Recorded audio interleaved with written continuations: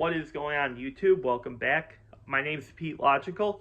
Today I'm going to bring you part 1 of a 3-part character ranking of the MCU Captain America franchise. Now, this character ranking includes characters from the First Avenger, the Winter Soldier, Civil War, Falcon and the Winter Soldier, and Brave New World. Now, couple things before I get started. Number one, there were a lot of there's obviously a ton of characters in these movies and on the show. So I couldn't rank all of them. I instead limited the characters to the people who I believed brought most to the table for the plot and character development / growth for any of our characters in the movies or the side characters. So basically, all the people here in these 3 videos are going to be important characters for the story. Another thing is, since some of these only appear in one, and some of these appear in multiples, actually a lot have appeared in multiples, I was thinking, how the heck can I do this? How the heck can I balance it out? So I came up with an idea, and over the past week or so, I first listed all the characters off that I was going to be featured in this video, right? And then I noticed that there are a ton of characters that even I forgot about. So some appear in one, some appear in multiples. So what I did was I took each character's individual appearance, and I gave it a grade on a scale of 1 to 5 with half stars in mind. And then at the end of all of their appearances, I added them up and I took the average number, rounded up to the nearest half star ranking, and that's the grade I gave. So the ones at the bottom of this list are the ones I'm going to talk about here in this video. These will be the weakest ones. There is one character from Brave New World here, so if you haven't seen the movie, there will be minor spoilers when we get to it. But yeah, that was the easiest way I could go about this. So, with that out of the way, let's get started. So, I'm going to go weakest to strongest. So, and there are 58 total characters. So, for part 1, I'm going to do the characters from 58th place to 47th place. And then in part 2, these will be the all the 3 and 3.5s. They will go from 46 to 25. And then in part 3, the final part, that will be the characters that are in 24th place to first place, obviously. So with that out of the way, let's get started. If this sounds good to you, be sure to like the video and subscribe if you're new. So with that out of the way, let's get started. So coming in at last place, we have Leah. Now this is a character who was the waitress at at the bar Bucky Bucky went on a date with in the first episode of Falcon and the Winter Soldier. I like her. I don't have anything. This isn't to say that she's like a character I dislike. I just don't really think, aside from being a love interest to Bucky, there's nothing really that stands out about that. Aside from her obviously going on a date with Bucky. She's a cool character. I just don't think, I think of everybody here, she has the weakest performance, or like least impactful to the story here. So that's why she's in last place. Coming in second to last, in 57th, we got Colonel Chester Phillips. Now, this character is from the first Avenger. So, I love Tommy Lee Jones. He's one of my favorite actors ever. I think he's good in most things he's in, so it pains me to put his character here. But I have to, for this reason. When I rewatched this movie and did my review of it shortly afterwards, I really disliked this character. I thought the only reason he's there is to move the plot forward a little bit.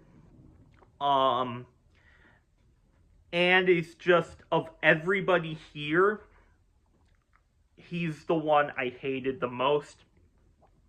So obviously personal bias is going to come into this. But I also thought the plot of the first Avenger was kind of all over the place, like where I think most of the plot hated Steve Rogers. And this guy had a lot to do with it, because it seemed like every time Steve had something that he believes would be helpful, this Colonel Chester Phillips would say, no, we have to do it like this. And I get he's a sergeant in the U.S. Army, so he's obviously not gonna be like light, but I think there could have been a better way of writing this, and I just think overall he's like my least favorite that impacted the story. Now, moving on at 56, we have Senator Brandt from the first Avenger. This guy mainly he talked to Erskine, the guy who gave Steve the serum in the first movie. So I like this character. But aside from like one or two lines of dialogue, he really didn't do anything. He was like just there. So I think so for that reason, he's cool, but I think Erskine affects the plot more. So yeah, I think he didn't really do anything, so he's just in 56th place. In 55th, we got Everett K. Ross. Now, this is a character this character appears in The Winter Soldier. This is a character I completely forgot about appearing in this movie. He more appears in... He's been in other Marvel projects. But yeah, he works for the U.S. government. and he serves like in Black. He has a bigger role in Black Panther 2 for some reason, where he is the he works as kind of like a secret agent for the United States versus Wakanda. That whole arc in Black Panther 2. I think he appears in the first Black Panther too. First Black Panther as well. Now that I think about it. But yeah, he has more of a role in the Black Panther franchise. In this one, he's kind of just again like the characters below this. He's kind of just there. He kind of doesn't really do anything. But I like the character. He appears in other projects, so he's at the top of that list of that project for me. All right. Now let's move on to 54th. And for point of reference, 54 through 51 are no longer 1 star. They are 2 star characters. So with that out of the way, let's get started. With the 2's on this list. Coming in at 54th place, and this pains me to put her here, but because I have no issues with this character at all. I just think she was kind of in the wrong movie. Because again, this is a character that has a big role in a different franchise. And who am I talking about? Well, I'm talking about Spider-Man's Aunt May. I completely forgot she appeared in Civil War along with Peter Parker, but she's there for his support, and that's cool. But she isn't really a Captain America character at all. She's a Spider-Man character, and I think like other people in this this franchise serve the plot more than Aunt May did. So yeah, I have nothing like Aunt May is not a 2 star character, but she is on the lower end of a Captain America character ranking. I think Aunt May's a 5, one of the best characters in the Spider-Man franchise. But for me, on this particular ranking, she falls in at here. The one in last place of the 2 stars. So let's move forward to 53. We have Valentina Allegra de Fontaine. Now, this character appears in The Falcon and the Winter Soldier as long as a majority of the new Disney Plus projects, and she also appeared in Black Widow in the post-credit scene. So for a while, and this is part of the reason why she's here. Again, in this particular ranking, she's a little bit lower, and I'll explain why. So for Valentina, for a while there, we didn't know what her purpose was. However, now we kind of have some insight on her. She still didn't really do anything for the plot, and that's why she's a little bit lower.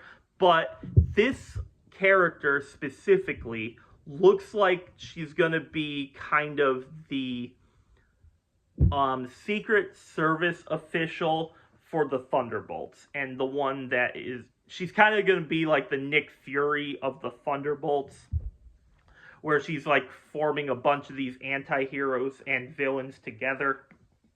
And we're going to see that movie in May of this year. But she was here for like one scene with John Walker once John got demoted from his Captain America title, even though he wasn't Captain America at all, but he was in the show. But yeah, I think Valentina is has a potential of moving up a future ranking, but for a Captain America franchise character ranking, like May, she's a little bit lower here. All right. Moving on, we have Eli Bradley.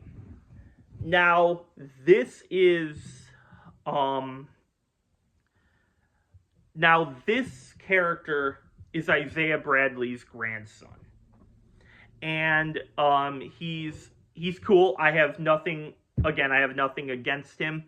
But he's kind of used in a way like he wants to keep other people out of the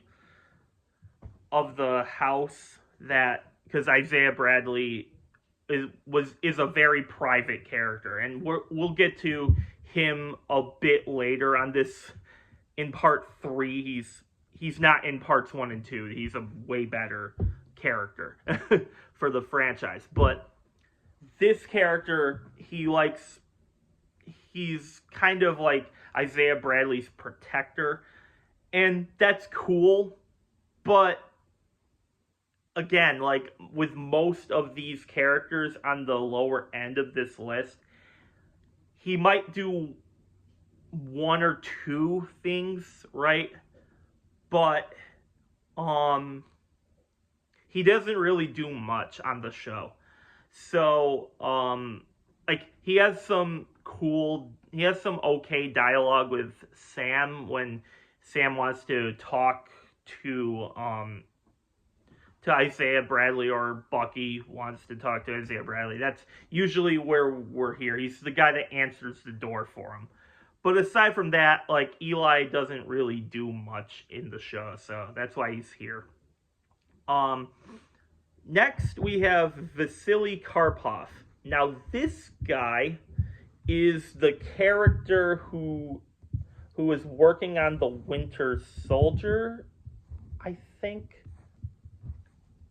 I think that's what happened.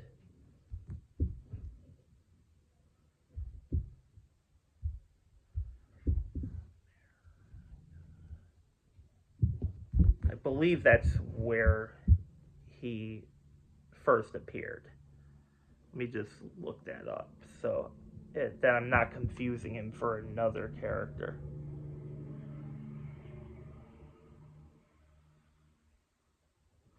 I think. Oh, he's in Civil War. Duh.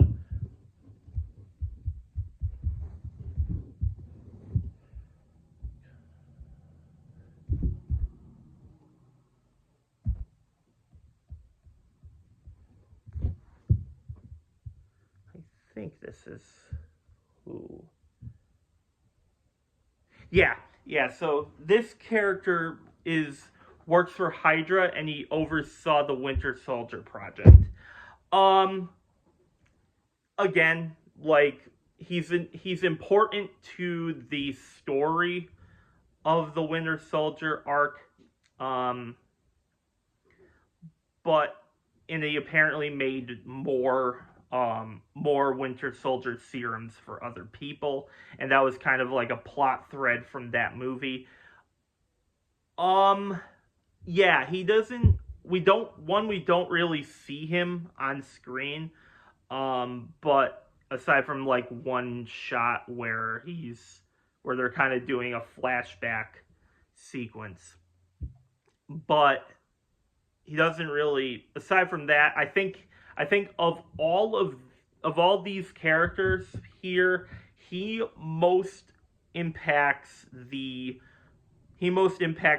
story more in Captain America. That's why he's the highest rated 2 character. Alright, now we're going to move on to the 2.5s. These are the characters that I are slightly above the others on this list, but again, they do little stuff in here. So for Yori Nakajima, he's the first one. This is a character who appears in the first couple episodes of The Falcon and the Winter Soldier, as well as the last episode in a flashback sequence. This is the character who Bucky, while he was brainwashed, he apparently killed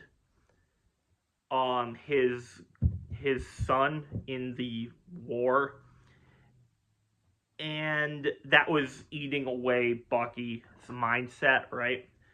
And he has a really iconic sequence where he's kind of like Bucky's first step to being a better person. He also gets Bucky the date with Leah. So he's a very interesting character. I wish I could put him higher, but he doesn't again, the characters in this ranking don't really do much for the plot. That's why they're in this category. I wish I could put this dude higher, because I genuinely like the character. In no way am I saying that this is a bad character. But for the franchise as a whole, I think there are just way better characters on this list, and that's why he's in this spot at number 50. Moving on to number 49, we have Lorraine. Now, Lorraine is a love interest for Steve Rogers, but not really, because this chick was hitting on Steve in the beginning, and there's this really funny moment where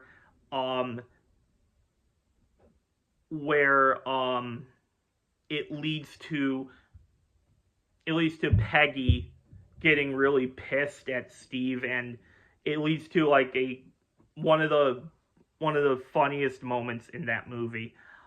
But like aside from one scene, he doesn't really do much.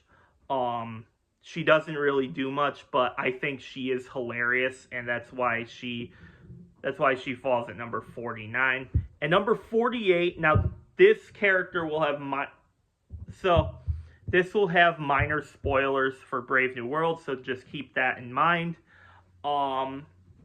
It's for anyone who hasn't seen it. So just keep that in mind while talking about this. So at number 48, we got Copperhead. Now, this is a character who works for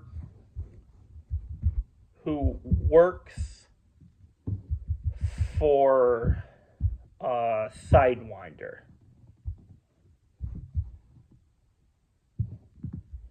In Captain America 4.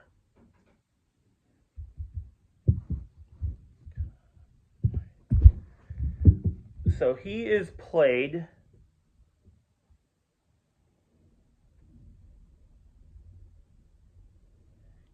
by Johannes Hacker Johannesson. He plays Copperhead. He's a member of the Serpent Society. Now, a lot of the movie, I feel bad for this guy because he might have had potential in an alternate universe where we got the first cut of the movie. But when Brave New World, they kind of just went through a ton of reshoots, so a lot of the Brave New World characters, I couldn't really give them up too much, but for him, I think the antagonists of the film were good, and Copperhead was, of all of them, Copperhead felt the weakest of them, so that's why he's here. But I did like his character, and that's why I gave him a 2.5. All right, now for this one, and this is our first character that appears in multiple